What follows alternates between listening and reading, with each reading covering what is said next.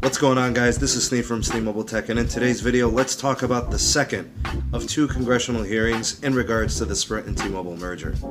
So really what I want to do with this video is take in pretty much everything that was covered in the congressional hearings as it pertains to the representation CEO of the current T-Mobile, John Legere, and former CEO of Sprint, Marcelo Claure.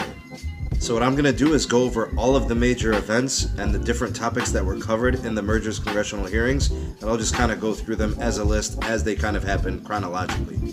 So first, John Legere, CEO of T-Mobile, opened up with how great the T-Mobile and Sprint merger would be for consumers, how it would help pricing, how it would create more competition, and how it would create a more competent 5G network.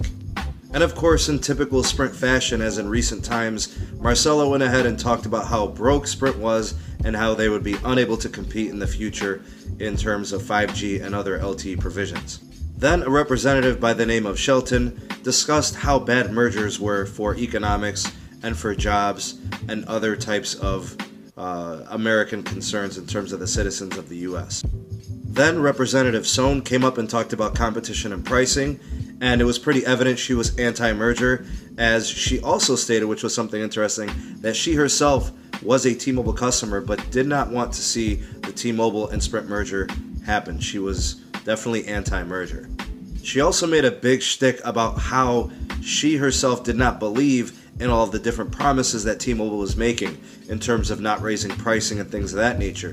She was obviously very doubtful about it, and she believed that these types of promises could not be regulated, therefore could not be believed. Scarrato was the next person up, and when she came up, she was a representative of low-income and minority customers.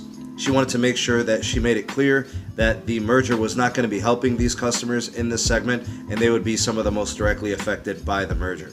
She also voiced her concern about MVNO vitality, as well as the Lifeline program and how it would be discontinued or unsupported if not for the competition that was there in the market currently.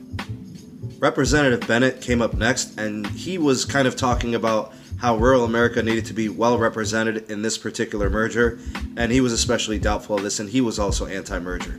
He made a big point to talk about roaming agreements and how he described T-Mobile's roaming agreements as being one-way and not reciprocal, and also that they were very, very expensive in comparison to Sprint's roaming agreements.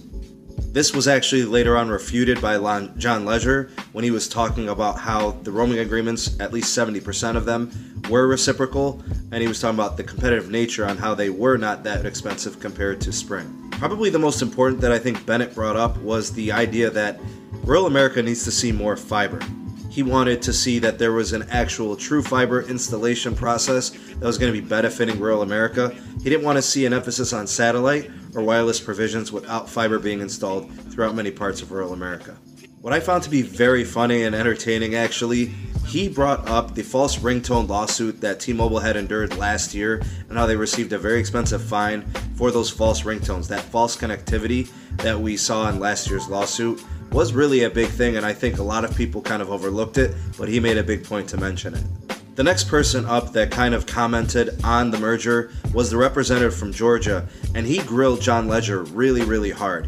He made it a sticking point to bring up the Trump hotel stays and how they spent over $195,000 post-merger proposal as it pertains to T-Mobile executives spending many a nights at Trump hotels. It was interesting to see how hard John was grilled about the hotel stays, and specifically the Georgia representative wanted to make sure that John understood that his lack of compassion to the situation in terms of optics and how it looked was really, really bad. And actually, he even said specifically, this doesn't pass the smell test, which I thought was kind of interesting.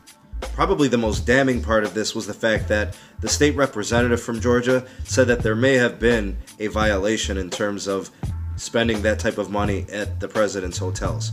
I'm not sure how true that is, but he did mention it, so there is some eyebrow raising there. Shortly after the Georgia representative finished his testimony, there was a second representative that also wanted to grill John about those particular stays, and what she said was really interesting. She brought up a 2015 tweet from John Legere himself, the CEO of T-Mobile, stating that John was dogging the Trump hotel stays that he was having back in 2015, and he specifically said in a tweet, I will never be staying at Trump hotels ever again, and it was by far his worst experience ever, and he would not be returning to the Trump hotels for stays. So she was basically saying, if those hotels were that bad, why would John, as well as the T-Mobile executives, be going back to those hotels 3 or 4 years after the fact, after he said they were so horrible, and of course it being post-proposal of the merger?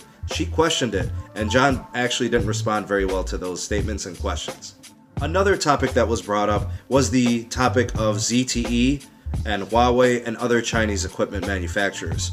So John, obviously, and the Sprint representation, Marcelo, wanted to make sure that they understood that they would not be using this type of compromised technology as it pertains to the politics and foreign policies currently with the United States. So at the end of the day, what do I take away from this particular congressional hearing? Pretty much more of the same.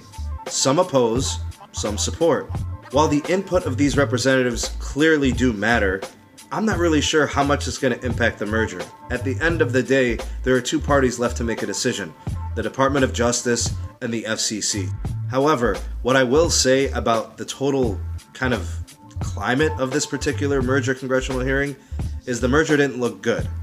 Obviously, there were a lot of doubts from the competitive standpoint, from the pricing standpoint, and just the overall vitality of a market with 3 carriers as opposed to 4. In the comment section below, I'd like to get your thoughts and opinions on anything from these congressional hearings. Maybe you watched, maybe you were listening, whatever the case may be. If there's anything you take away from those congressional hearings, I'd like to know what you guys think about what was said, what was asked, and the rebuttals from the CEOs. That's it for this video. Thank you guys for taking the time to tune in and watch this edition of Sneed Mobile Tech. If you'd like to get more involved with the community, there's a link in the description box below for the Discord invite.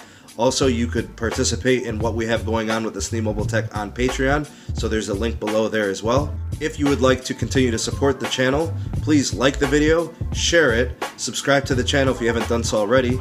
Also, ding the bell to be notified whenever I upload new content. Again, thank you for taking the time to tune in. That's it for this one. I am Sneed from Sneed Mobile Tech, and I will see you guys on the next video. Peace.